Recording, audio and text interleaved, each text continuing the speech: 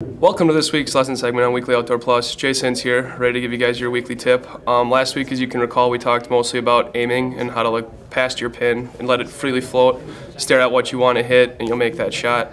This week, I'm going to talk to you more mentally on how to be confident, how to take that shot, different practice tips that could definitely help you when that opportunity comes and you get all super nervous and everything, how to get past the fear, past the nerves.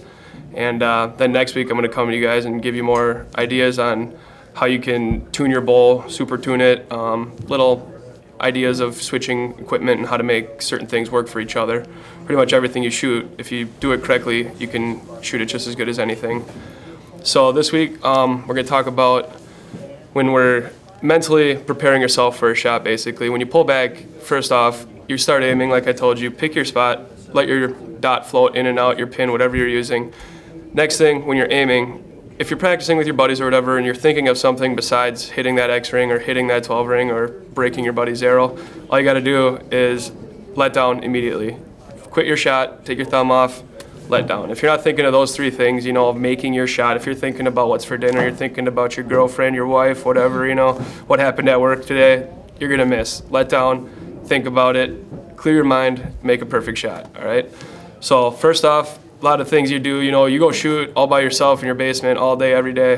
When it comes to you shooting off against your buddy for a soda, or you're shooting, you know, to try to shoot 60 X's, or you're trying to kill that big buck of a lifetime, those aren't situations that you really can practice too good, but if you're sitting in your basement all by yourself, it's not going to help, all right? You got to get out there. Once you practice, get your form down, you're making that shot, you need to get out there, you need to shoot with people, you need to shoot at things that you challenge yourself. Shots that you don't think you can make, so every time you push yourself, you don't think you can do it, and you do it, mentally, you just beat it, you know what I mean? So you got to do those little tiny things.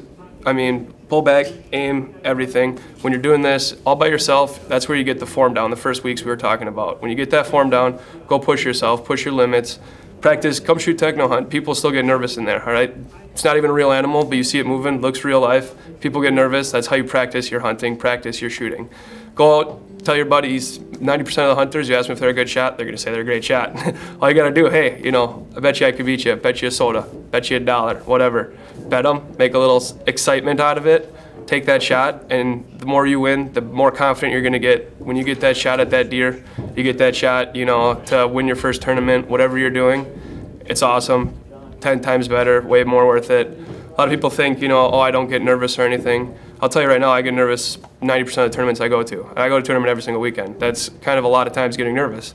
But the less nervous you get while you're actually doing it, because, I mean, when I was 18, I got a shootout for state, ended up winning against a 52-year-old man. I had my dad there and my buddies. He had his wife and kids. You know how nerve-wracking that is when you got about 500 people with binoculars? You get pretty nervous, all right? When situations like that, I mean, I didn't shoot perfect, but little situations like that, the next shoot-off I got in, thought about it, you know? Every shot pleases somebody. You miss, they're not gonna, you know, they're gonna be real happy, you're gonna be sad. You don't want that to happen, all right? So next time you go out and shoot, think about it. Again, go over, when you pull back, don't be looking at your pin, don't be fighting it left and right, up and down. Relax, take that shot, stare at that X-ring. When you pull back, it's nothing but you, your bow, your arrow, and what you're gonna hit, all right?